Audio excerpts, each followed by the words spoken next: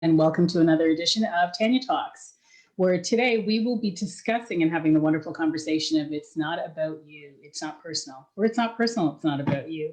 Today I have joining me are two lovely ladies, Theresa Simpatico, who you've seen before on our show, and also Karen Rose. So welcome to the show, ladies. Thank you. Thanks for having me again. Yes. So we are going to have the opportunity tonight to discuss, what it means to live a life where we're not taking it personally and understanding why it's not personal and why it's not about you.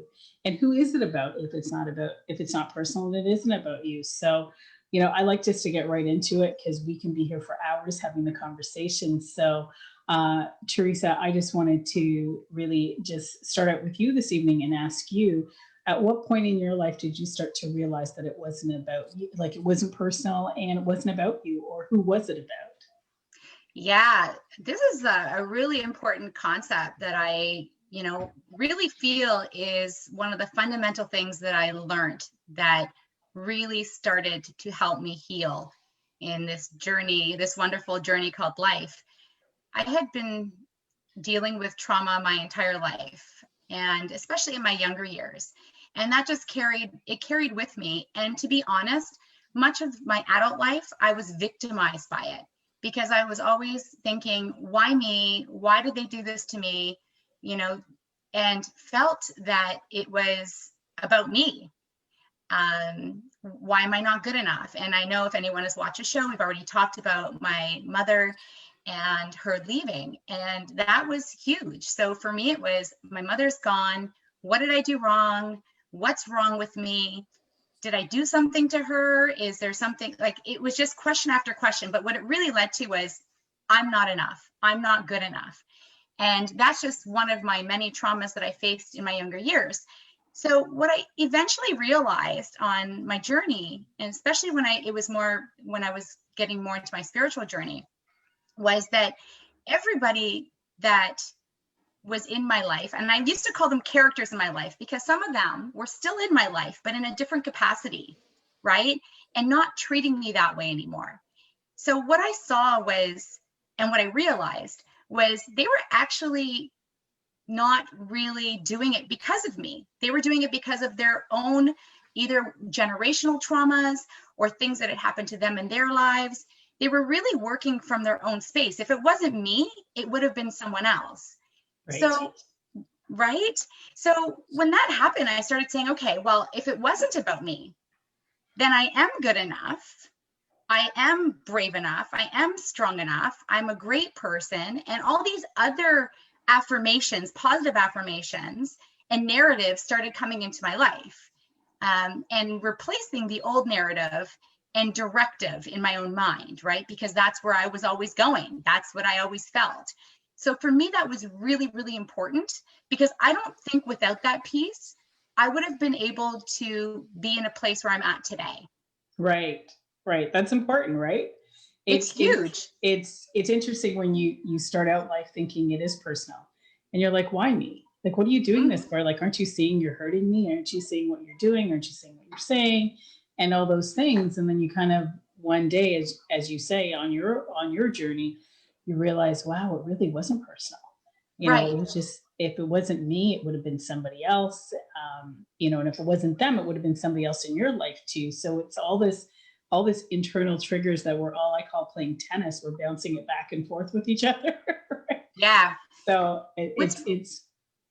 Yeah. I want to say what's really important is that, when you get to that point where you're feeling that it's no longer about you, you can start judging yourself. Like, it was always, you can judge yourself in a different light, in a different perspective, right? Because we're our own worst critics, right? And much of it is because of what's happened to us. Right.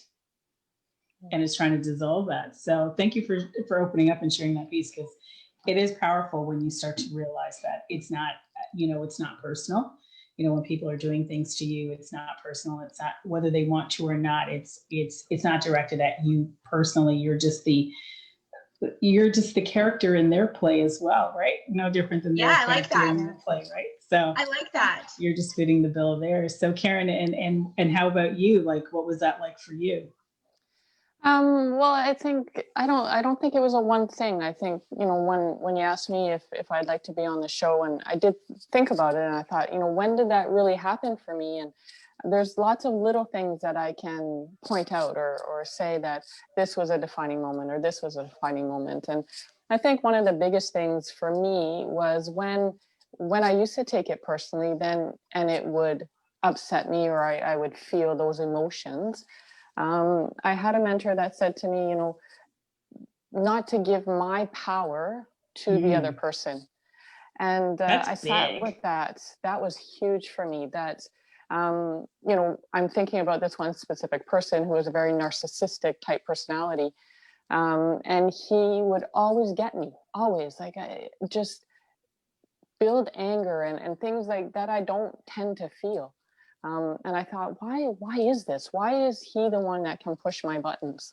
And when my mentor said to me about the don't give my power, I thought for me it was, I'm not giving anything to this guy.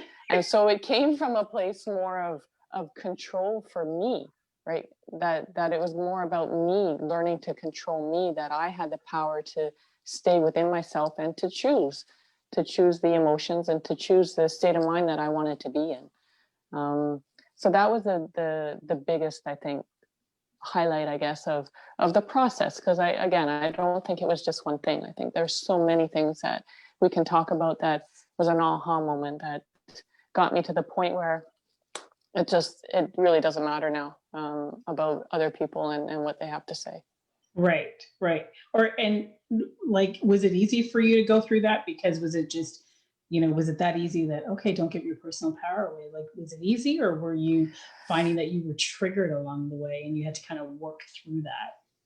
Oh, I mean, that was the last straw sort of thing. Like I can remember the interaction completely. We were standing in a parking lot, and he was, um, I was going to say try to communicate, but he was really just standing there yelling at me. Mm, And I remember I was standing in front of my car. I could feel my heart pounding out of my chest. And I remember my mentor saying, like, don't give your power to him, or to them is really what he said.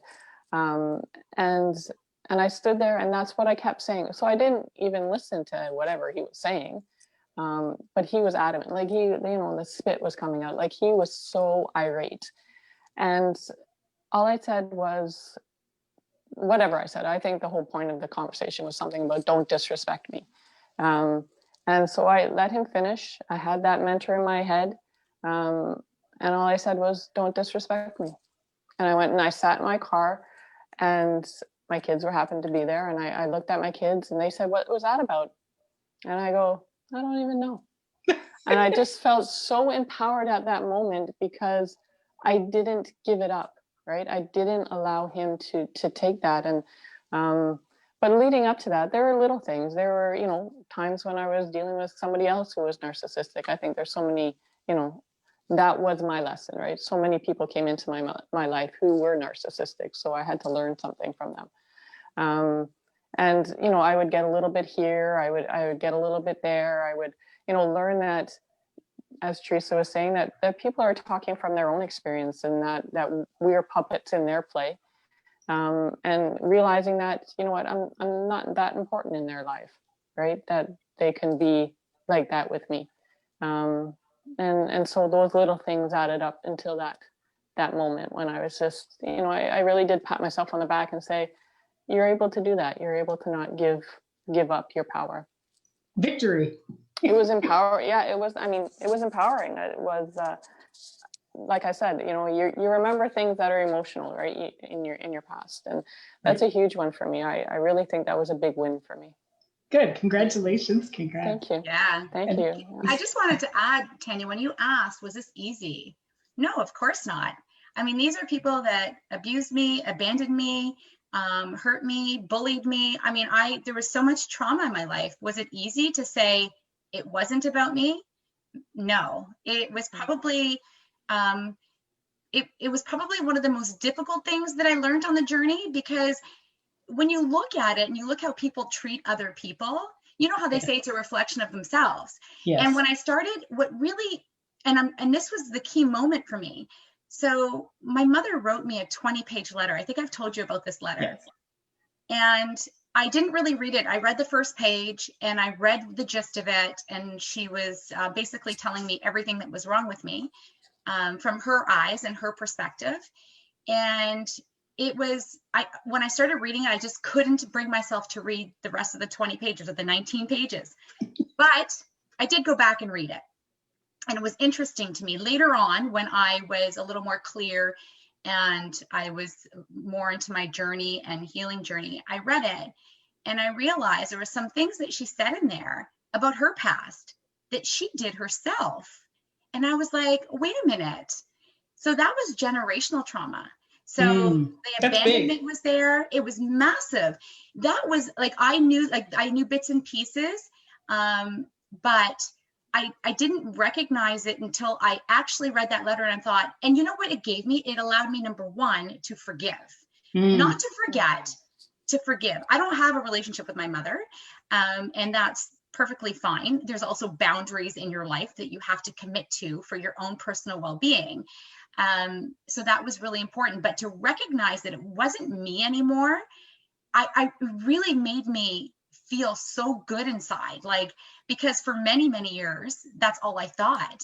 So that was important. So it was, number one, it was really hard. It wasn't easy to accept those things because these people did nasty things to us, like, and it happens a lot. Especially those closest to you, right? It's those close, and then it filters out into the relationships that we have out in the world. So without doing it on live TV, so to speak, but Karen, it would always be interesting how where that narcissism, started from in your life that carried over into, the relationships outside, right? Say that again. You don't have to answer that. Yeah, no, I was just thinking about that.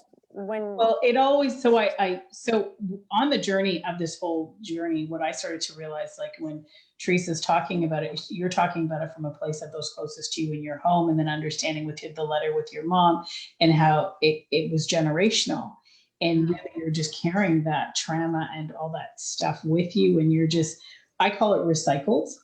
And then you wake up and you're like, okay, it's over. But when you actually trace your life, you're actually realizing that when you look at the other people that you start to invite into your life unconsciously, they actually reflect what you came from.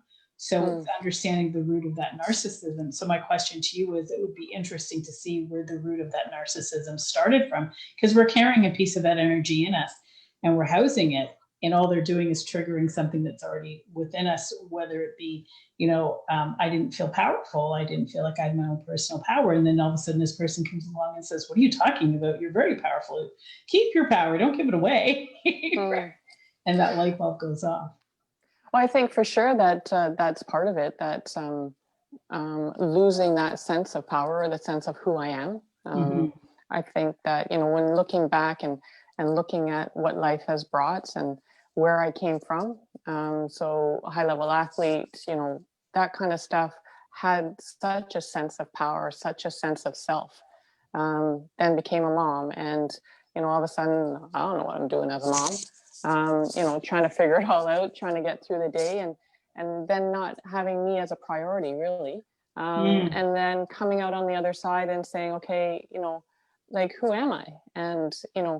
And this is when the narcissists came in. And I think that they were there for a reason, because, that happened, I'm going to say 4 or 5 years ago. Right. Well, I haven't met another narcissist since. Well, it's interesting. Somebody's writing and listening to you saying, and you said it was what you had to learn. Lessons will keep coming back over and over again until we get the message. Sure. And I 100% agree that, and I think that they get harder as life goes on. Like, if you don't learn the lesson the first, listen. We can talk a lot about that piece. I do. I think that if you don't listen to the whispers that come into your head, then those whispers turn to, screaming or whatnot. And I do think that the lessons get harder if we're not quiet enough to be able to hear them the first time around. Right. Yes. Yeah. It's interesting that when we talk about the lessons and we talk about the power and we talk about not being enough, it's when, and then you start to wake up to it's not being personal, and you start to wake up to it's not about you. Have you ever had anybody walk up to you in this stage of your life and they're talking to you and you could so see that they're having an internal battle and they're trying to fight with you Absolutely. because they're Do fighting you mean, with do you mean themselves? today, or do you Or mean like every day. when do you mean? I Well, think that it's happens all the interesting. time. Well, because I laugh because I remember really being conscious of talking to somebody, and I was like, wow, you're so fighting with yourself. But I was amazed that I actually, at one time in my life, would have participated in it because I was fighting with my own self. Mm. So we were, as I call it, a vibrational match because we were just busy Mm. mirroring that fight. And then one day when I decided to stop fighting with myself, I couldn't, I was amazed at how many people were fighting with ourselves. We're really dealing with an internal struggle. And I do this. Sorry, I cut you off there. Go Yeah, go ahead. ahead. No, No. continue. Finish. I just wanted to say, when you're talking about energy though, right? So what we're putting out, we're going to get back. Yeah. And often when we create those boundaries and start saying, well, look, I'm not going to tolerate someone treating me that way. Mhm. We no longer have those people in our life. So I don't see a lot of it today like I would have 10 years ago or Right. years ago, right? Because I was willing to accept people treating me that way because I still had that same narrative. I still had me thinking I'm not enough. So you're going to treat me like garbage. That's okay. Right. But now we see ourselves differently than we did then. And differently than we did even yesterday, right? For me, it's an ongoing growth. So I don't feel like I see that a lot anymore just because of that. And because like Karen was saying, we don't give our power away. We don't allow people to, come into our emotional well-being as much as we would have years ago or whenever that moment was. So I just wanted to say that energy is so important. You put it out, is. back, right? Yeah. Well, it's funny when you know thyself, it just, when you start to know thyself, and I think that this is the foundation of it all, is you create boundaries knowing who you are. It can't exist anymore because you aren't that person. You are correct. You're not that person anymore. And you're not dealing with that part of thyself anymore. You're waking up. And when you talk about personal power, it's like, wow, okay, well, if I'm not that person, I don't have to give you that. I don't have to participate in that. I don't have to give my energy into that. Right. Energy is so much, like there's better ways to spend our energy. Myself, I have children, I have a family, I have things that I enjoy doing. I have a job, and those are things I really want to put my energy into. And if we're putting our energy into what people are doing to us or saying to us from an outside perspective, what is the purpose in that? Like, we know from our, and even the people that are watching, some people, I know someone has once said to me, like, that's a really hard thing to understand because they're doing it to you. And I get it, right? I get that's difficult because if someone's doing something to you, then you feel like it's about you, right? It's a really hard thing to connect to. But once you make that connection, the freedom in it is amazing. And right. I'm going to want to go back to what Karen said about not giving up your power or giving away your power. It's funny that you said that. That's what I tell the kids, right? Anytime something happens, I'm like, that's what they want to do. Don't give them your power. Just be kind. And that's the funniest thing that you said that. I'm trying to teach those lessons early so that they can identify and understand that something may be happening in their home that is causing them to act that way, or we don't know what's going on in another person's life. So those are things that I'm trying in a easier way to have them understand. I think for me, the one thing that you were saying about, puppets or characters in your life, that when I started to be able to stand back and look at me, myself as a character in my own life, and to be able to separate me from me, and to be able to really stand back and see what I was doing. That's huge. That is big. Oh my God. I have to interrupt that. That's powerful. Amazing. Like, think about what you just said. You got to repeat that and rewind it. It's like that out of body experience, right? It is. Just for the audience, can you repeat that, please? So how I don't even know exactly what I just said, but the gist of it is how I live my life is I pretend is that I am sitting in a movie theater and I am watching me on the big screen. doing things, right? And so I'll do something and I'll, as the audience, I look at myself and think, well, that really wasn't a smart idea, or that wasn't the best decision ever. And I recognize these things in myself. And I think that when I was able to start to recognize myself doing these things, then I start to recognize those things in other people as well. Right. And to be able then to not be emotionally attached to that stuff. I used to be hard on myself. All right, I screwed up, or I did this, or I did, like, Karen, why did you do that? Like that, all self-talk and whatnot. And now it's just more of a, well, that really wasn't really a good one, right? And choose something different next time. And then, being able to see a narcissist and, being able to now stand back and say, wow, I really wonder what happened in his life that led him to this point, right? Right. I don't think that my line that I always use with my kids is, I don't think people get up in the morning and think, you know what, I'm going to do this. I think it's really stupid, and I'm going to do this. I think that, that's going to be a winner for me. Everybody is trying to do their best, right? They make decisions, and then you go back and think, probably wasn't the best decision or was the best decision. But being able to stand back and self-analyze, I guess, is that the word that I would use to just to be easy on myself, to say, you know what, like, you're not going to get it right all the time. You're going to screw up, and that's how we learn. Right. And other people are doing the same thing. Somebody's writing in, learning without regret. The key is to learn without regret. Sorry, go ahead. Absolutely. Somebody's writing in saying we lived in a house of mirrors. So we're mirroring that, right? So I like the way that Karen, you brought up the movie analogy, because Theresa, I'm famous to talking about popcorn, and I'm just going to sit. So it's funny because that was my analogy when people started to want to fight with me, and I could see that they were fighting with themselves. And Karen's famous for this, and I love this about you, is when people are fighting with themselves, Karen, you're very capable of having a very blank look and letting them go on. So my children are like, Mommy, can you be emotional? Can you do something? Right. So, and it's just like that idea that you're eating popcorn and watching it, right? And you're looking at your old self thinking, wow, that was once me, because I would have taken it personally at one time. And it really is. And as you're not engaged, they're now taking it personally. You're seeing yourself how you would have taken it personally. But you're just, to me, it feels like a movie. It really does, because I'm like, wow, this was so what I was like. And you do have empathy and compassion, but you're also very,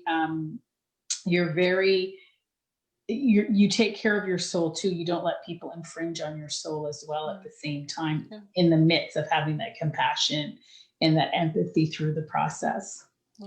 Everybody's doing their best with the resources that they think that they have, and I don't think that you can judge somebody because they haven't had the opportunity to do, I've done so much personal growth work through different seminars, through, books, through that is my life. That is what I do.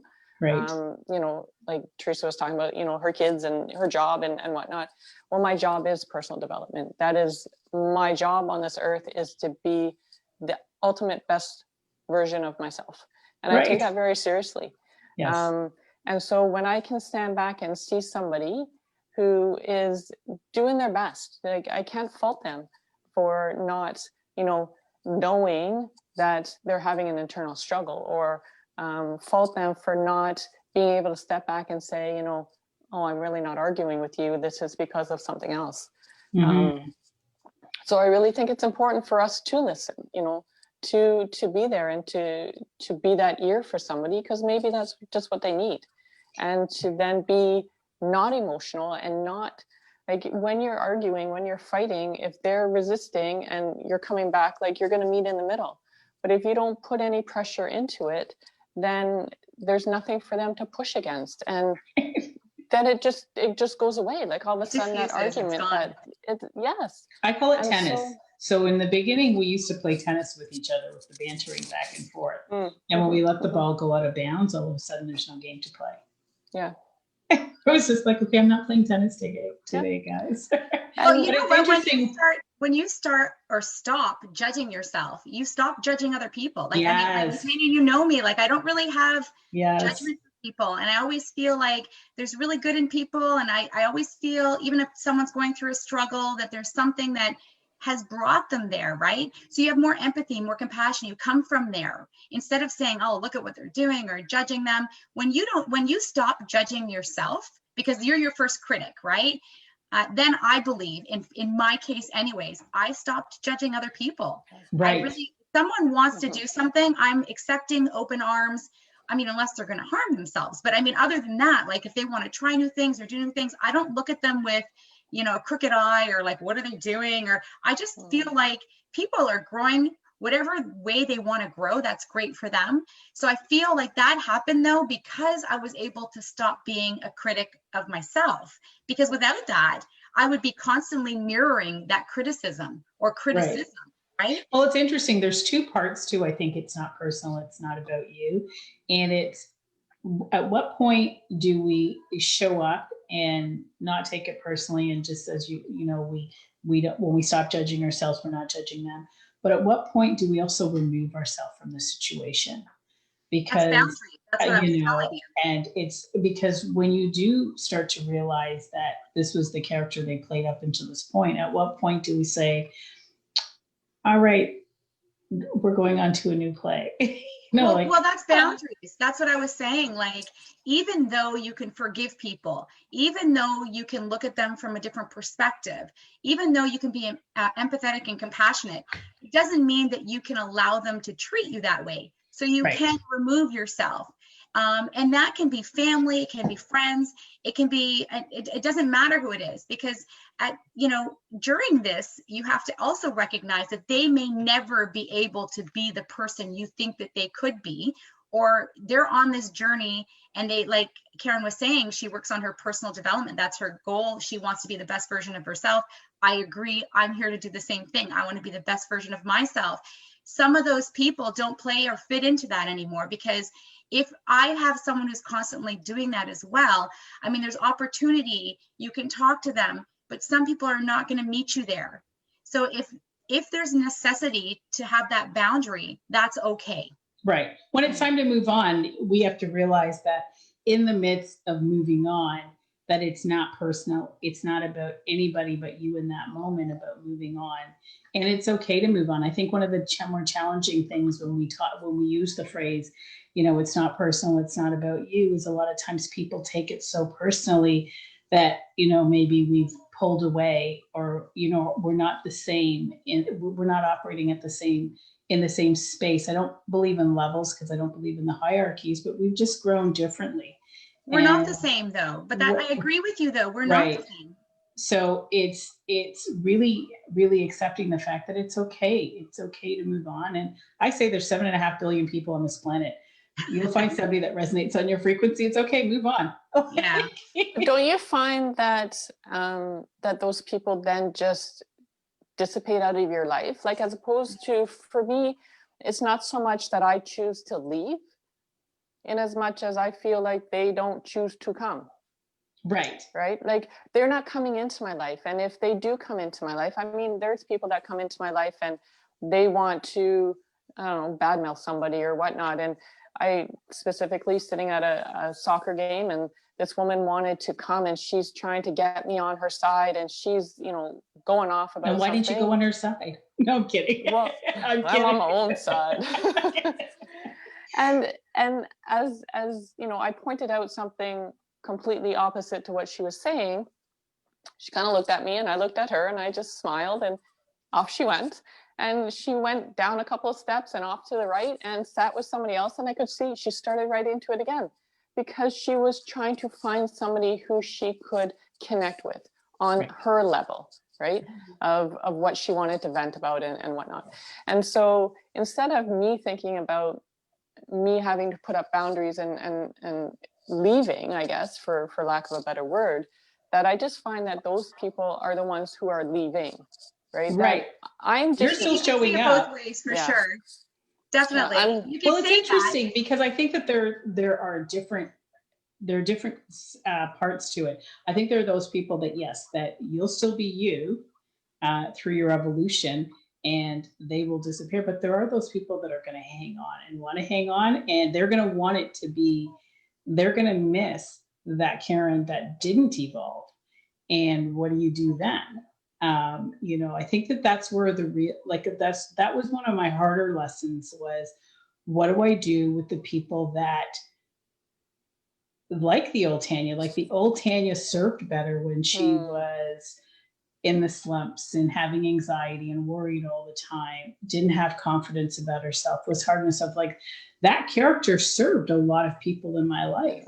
Well, what happens and it served it for their benefit. So all of a sudden, as human beings, we're preservers, right? So when you're now feeling like you're taking something away from somebody that's benefiting from your what's the word I'm looking for? From your low self-esteem and lack of self-love and lack of self-respect, when somebody's benefiting from that with you, and then all of a sudden you wake up, as you talk about personal power, and Theresa, you talk about boundaries, and you start to wake up to thyself and take all that back. What happens when people are looking to suppress you? Yeah. Well, I mean, I think that for me, I had a major injury, and I think that through that major injury, they just all left anyways. So I think that I had it easy. And then that's crazy in itself too, because I remember thinking to myself, I read somewhere actually, it's not only one time I've read it. If somebody ends up leaving your life that easily, or if you leave somebody's life and they're not coming back for you, I forget how it was phrased, but basically, like, you have to ask yourself, really, what importance and value were you in their life? That was a hard one for me, because there were people that I actually had to move on from for the sake of my well-being. And I was like, oh, and I think I went through a little bit of a grieving period, because I didn't feel, because energy tells the truth. I always say you feel the truth. And I was like, wow, it really didn't mean that much to you anyways. It was that easy for you. And it was kind of hurtful. Also think that I learned this lesson very young, is that people are like seasons, and they come into your life for seasons. And I think that, even just looking back, right? Look, how many friends do you have from grade school? That those were like the best friends ever. And then when you leave grade school, you go to high school, all of a sudden those grade school friends maybe aren't the best friends that you had, right? Now they're replaced by high school people. And, then high school is, your best friends ever. And then all of a sudden you move from high school and you go to college or university, and you move through life, and you see that not everybody goes through those different stages with you. And so I think that from that perspective, the openness that people are going to come and go, that there's going to be, I'm going to suggest maybe a handful of people that are there through your life. Right. And I think for me, knowing that those people are there, it's easier, I guess, to see people transition in and out. Right. So there's a question. I just wanted to. I was going to say, but do you want to take a look at that? I just saw that. I was going to ask you if you wanted to answer that. Yeah. But when you decide to stop, when do you just stop? When do you decide to stop fighting for someone? People are always saying that good things are worth fighting for. Ooh, that's a really good question. So, I mean, let's put it in the context of my mother, right? So, I mean, I grew up without my mother periodically for the first 12 years. Then it went on and off for several years. But for the good first 12 years of my life, I didn't know my mom. And then it was only a few months. And then I didn't know her till I was 17 again. And then it was for a little bit. And then I didn't know her again, or she left again. So for me, I always felt like I wanted to fight for that relationship. I really did. It was really, really important to me to have the love of my mother in my life. Part of it was because I always wondered what was wrong with me that she couldn't love me. Part of it was attached to that. So when did I stop fighting? I stopped fighting when I realized she didn't know me. She didn't take the time to know me. She didn't recognize, perhaps I'm not saying that, when I was a child, I was faulted for not contacting her. And she sort of put that blame on me when I was 12, because we had a relationship. She put the blame on me. I think I was guilted a lot.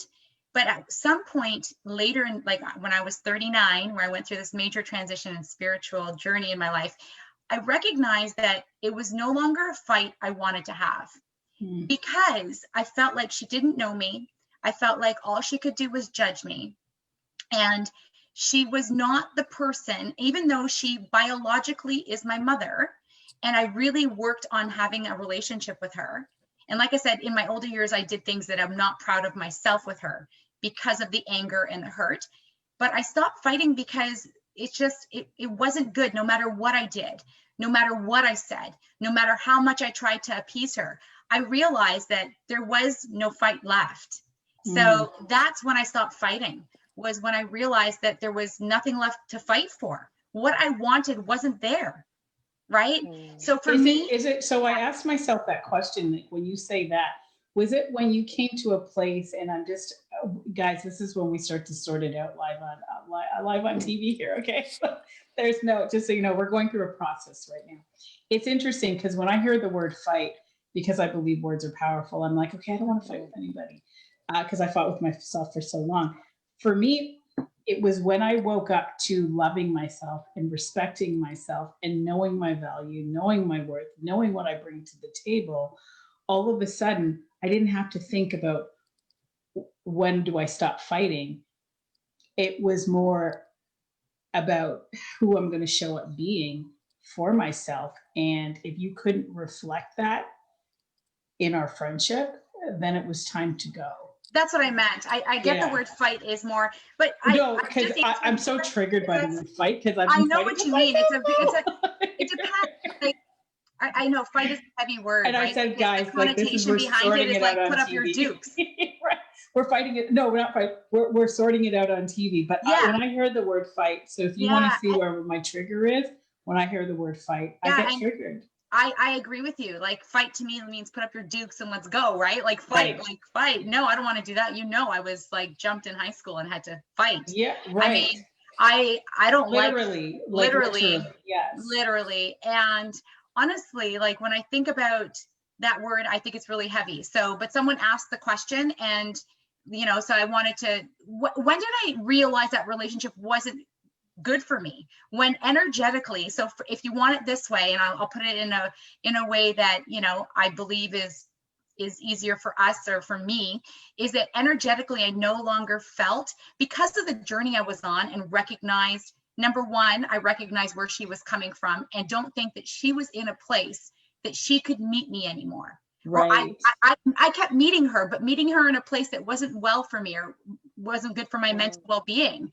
So I kept meeting her there and doing everything I could, and really wanting that relationship and having this strong desire to have your mom. Like, you know, it was really important.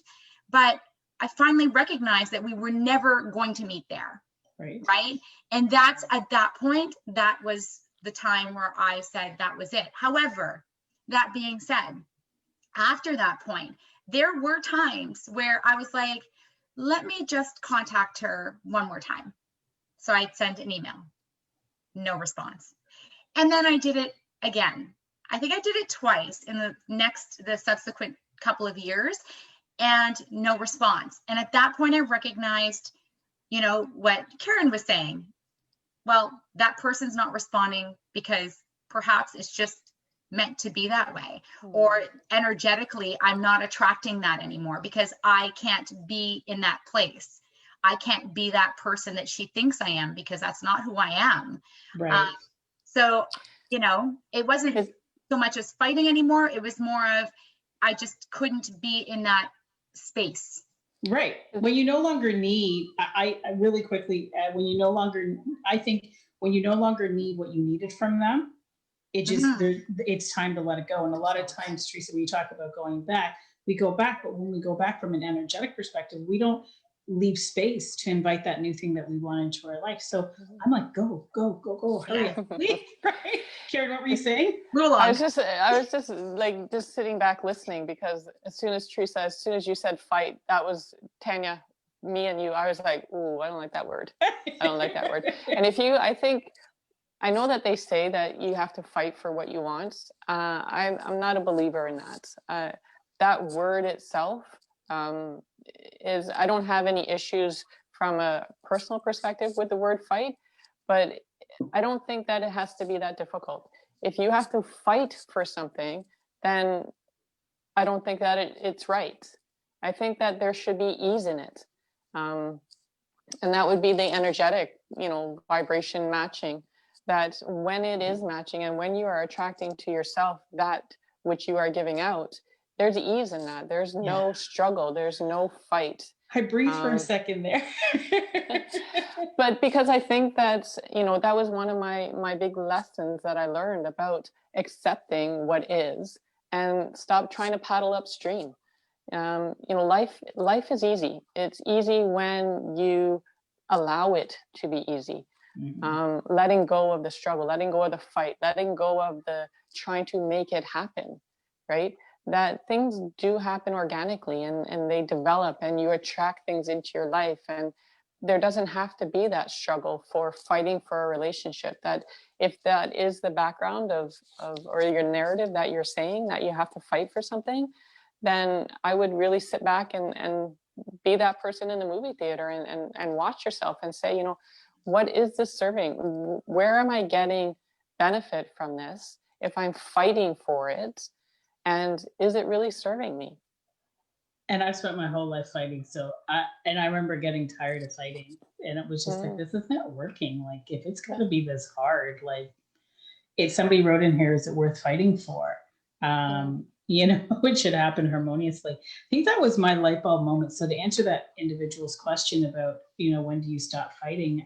I do like the words allowing and, energetically, just not, it just, once you start to, I think there's many different pieces to it that all three of us said, and we pull it all together. And at the central place of it all is loving yourself through this process. When you start to love yourself and respect yourself, and just allow things to happen, then there is no fight.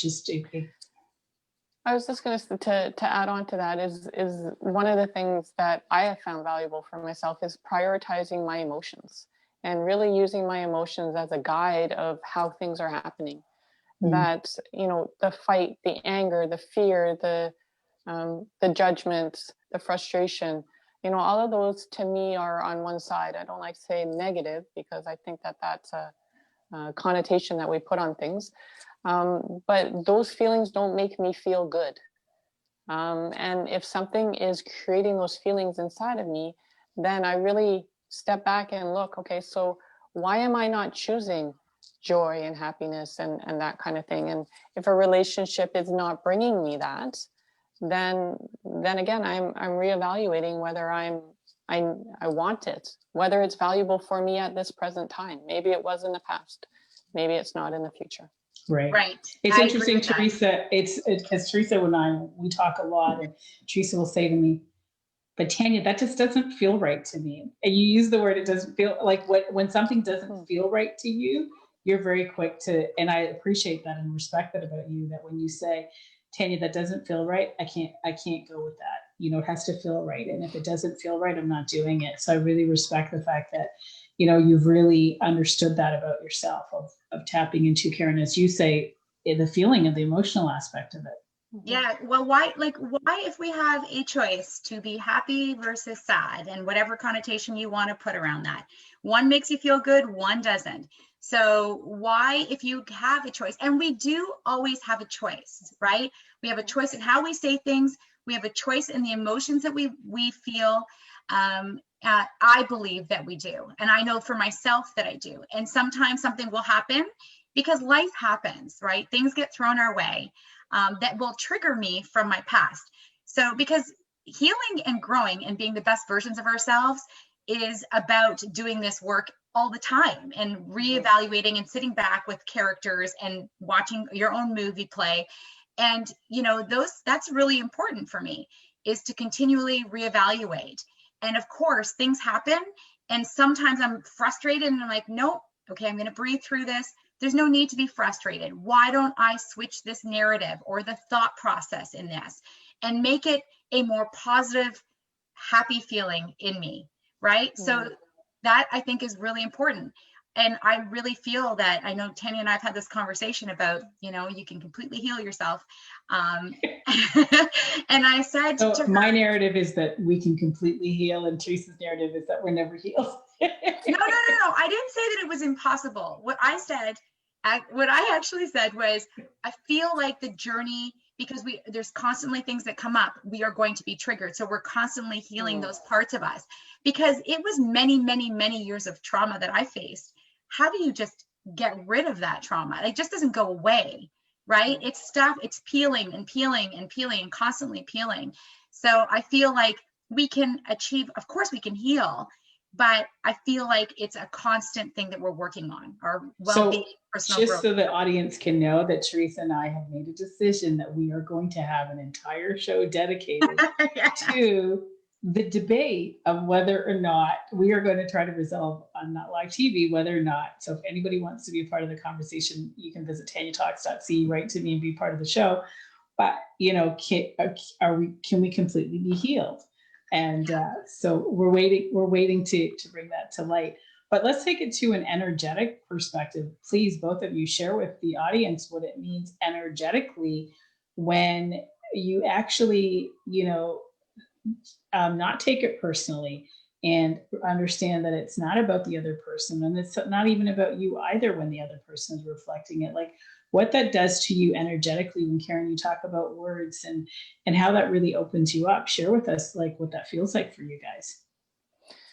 For me, I think that some of the words that I could say is just peace. I think it's everything that we've talked about. It's the non-judgment of the self. It's about maintaining your own power. It's about not giving that power to other people. It's about choosing joy versus choosing sadness. I think it's all of that stuff wrapped into one. And for me, I think the word would just be empowered peace, really living my true self. I think it's important for people who are listening to this, just because we're talking about this now, and Theresa, you made a point about this, is that it doesn't mean that it's like this all the time, right? I do think that you have to have that contrast. I think that you have to be able to be pulled back into that place of giving your power away. That was me yesterday. But I think it happens all the time. And I think that for me, the growth that I see in myself is just being able to switch back, right? So at some point, it would have been like a week or two, maybe, of me living in this feeling. Whereas, now it could be minutes. It could be, 1 minute giving my power and saying, not doing that anymore, and then taking it back. It's about the awareness piece of it of, oh, I just did that. But I have to say with Theresa that I don't think that you ever get to a point, well, maybe you do, I don't know, I'm not there yet. So you'll join the debate with us, okay? I could. And, you can only talk from a place of where you're at, right? Yeah, I mean, absolutely. So, maybe you do get to a place where you never have contrast, but I think that contrast is life. You can't appreciate something that's big if you don't know something that's small. You can't appreciate hot if you don't know what cold is. I don't think that you can appreciate joy if you've never felt anger or fear. That's what life is, yin yang, all of that, right, that type of stuff. So yeah. That I think is important for people to realize. I know that if I was, in my past self listening to this conversation, I'd think, oh my God, I'm even more screwed up than I think, right? Like these guys, but it's a process. It's going back and forth of saying, I choose this, I don't choose this, and learning from those things. Well, we're living a human experience, right? This is a human experience. We have so many people writing in, but we will address you in just a minute. Give me a sec. Go on. We're living in a human experience. Go ahead. Yeah, I mean, and it's really important to recognize that. And that's what I was trying to say, Karen, like you expanded on as well. But we are constantly going to be, fronted with things that we may not like, or things that happen, even the world itself and what's going on. I mean, COVID is an example, right? Like there's things that are beyond our control.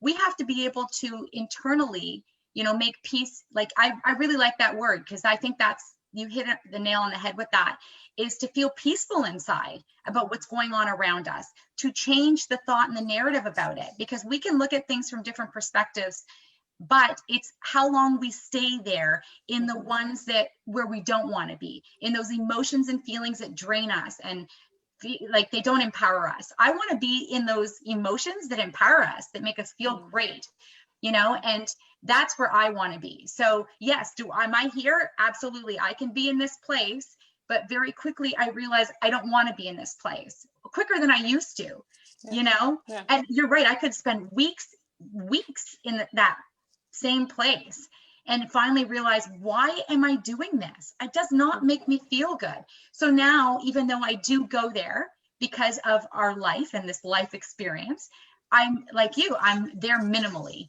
so I can move on quicker. Yeah. So somebody's writing in here with, I'm going to sum it up for their perspective here. Back to the, we live in a polarized universe. And she had mentioned there are waves in an ocean of energy, and that went back to the energetic piece.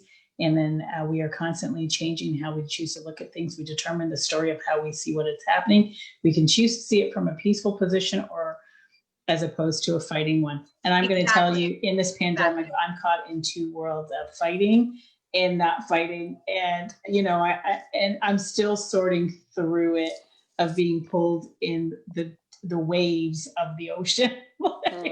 You know, definitely I'm there. I think what helps with the process too, and even with us sitting here, the three of us sitting here having this conversation, when you're on a journey, you know, I call it seek ye the kingdom of God, and which is being the best, understanding who you are, study thyself, know thyself, unlocking the window to your soul, tapping into your personal power and being the best version of yourself.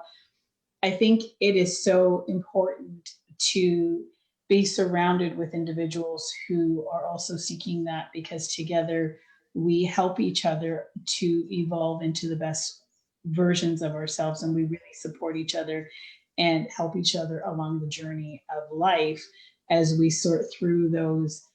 You know I've spoken to, I've got a good network of people around me saying, hey, listen, you know, this went down, and they quickly wrote me into, wait a second, don't take it personally. You know, what are we learning from this? Right? What are we doing with this? So I think it's really important to surround yourself energetically with like-minded people that can help you through. Absolutely. Yeah. I agree with you. I feel that's an important part of your journey in life. And that's the energetic part again, right? So when you start, you know, recognizing or putting out that energy, you're also going to bring back that energy, right? So, and I found that in my life as well. Which I think that brings us right back to the circle of that, you know, people come and people go, and and you know, you attract into your life where you're at right now. And I think that if you can use people as a reflection of yourself, and then be able to stand back and say, oh, what am I doing, right? For me, it's about, what can I do for me? Taking personal responsibility for myself, for who is in my life, for what I attract into my life. And therefore, you know, lately anyways, I haven't had those fights or that, you know, dichotomy of, you know, being here and wanting to be there. Because I really feel like I know who I am. And I really feel like I'm very secure in my purpose. And that has brought a lot of peace. And that's huge. Who we are is an ongoing, it's an ongoing discussion. Somebody's writing an attraction. And discovery. Yes, we attract a reflection of who we are, or what we think of ourselves in our subconscious, which is true. It's interesting, and I have to, you know, I do have a network of individuals, but the times that I cherish the most is my alone time, when I really get to spend time alone. And I think as you evolve and you become more self-loving and more at peace with and allowing things to just be in the moment, as you're learning, growing, and evolving, you actually, I don't know about anybody else, I can only speak for myself, I actually look forward to having that me time, just to be still, to either meditate or journal or reflect or do some personal development, something, to just know one more piece about who I am, to discover it and be excited and fall in love with me. Like, yeah. kind of. Yeah. But I think that that's important. I think that if you can't fall in love with yourself and love who you are, then all of the other relationships that you have are not, you know, as important. When I use the word selfish, and I know that lots of people have a connotation with the word selfish, but when I started to get selfish and put myself first and value my emotions more than I valued somebody else's, is when the whole cascade of personal development came for me. That's self-care. That's self-care though. That's the oxygen mask, yeah. The oxygen mask, Yeah. right? Yeah. But I think that, you know, you hear that about putting your oxygen mask on before you put your children's on, but until you do that in your life, I heard that for years and years and years. Yeah, I get it. But until I actually made the steps to do it, it's hard to put into words about that feeling of what's it's you hard. can't. It's that's just a whole show on itself. Oh my Self-care. gosh. First one, And you know Tanya, what? With let's that do being the whole, I was going to say, what putting on your oxygen mask. Okay, so there's a show. We've got one coming up. There you go. Putting on your oxygen mask. So we've got the healing, you know, we've got a few, and we do have one coming up later on in December that will be announced soon, which is the agreement, the personal agreement you make with yourself for life. Tomorrow, you know, we have another one that you talked about, being hard on yourself, loving yourself on the journey. Tomorrow we have Arena on with us tomorrow discussing that. So tune in tomorrow. That will be another, you know, very dynamic conversation. Guys, we are nearing the end of the show, and you know, we're just getting into it now, and I'm like sad that we're at the end. I of know. The show. Final thoughts? And final thoughts for you guys to share with the audience, really quickly, in about 15 seconds or less, of, you know, just how great it is when you don't take it personally. Yeah. Well, I just want to say my final thought is love yourself, because that is the core of how this journey and healing started for me, is loving myself. You know, that was the start. The part about it not being personal was really important, because that helped me see that it wasn't really about me. And really just understand, when people are doing things to you, they're coming from the place that they know best at that point in time in their life. And it's not about you. And, you know, change the affirmations when they say something, just make it something else. Thank you. That's my final thought. I think that my final thought would be that when somebody comes at you like that, is to look at them and see yourself. I think that we can always remember a time when we talked negatively to somebody, or when we came at somebody and made it about them, right? When it was really about us. I think that we all can look ourselves in the mirror and say we've all done that. And so when somebody is doing it to you, you can also stand back and realize, be aware that that's what they're doing. And once you're aware of that, then you can, like, all of the emotions and such just go away. Like, you can't get emotional when somebody's just arguing with themselves. Like, that's your own, like, that's a you problem, not a me problem. Right. But I can be here to support you. And I think when you step into that role, that not to be that force against it, but to just be there to support that person in whatever it is that they're going through, because you really don't have any idea what they are going through. Okay, well, thank you very much, ladies. Thank you very much, everybody, for tuning in today on Tanya Talks. As we talked about, It's Not Personal with Karen Rose and Theresa Simpatico. Join us tomorrow evening, where I will have Irina Gallardi here with us. The journey, loving yourself on the journey. So tune in at 7 o'clock tomorrow, and we will have another wonderful conversation like we did this evening. So if you're also looking to have a breakthrough conversation that will clear the path and take you to the next level of your life, please visit my website at tanyaricketts.com, where you can learn more on how you can get to the next level for your life. Again, ladies, thank you for joining me this evening. Thank you for a wonderful conversation, and good night to you all. Good night. Good night. Thank you, Tanya. Bye-bye.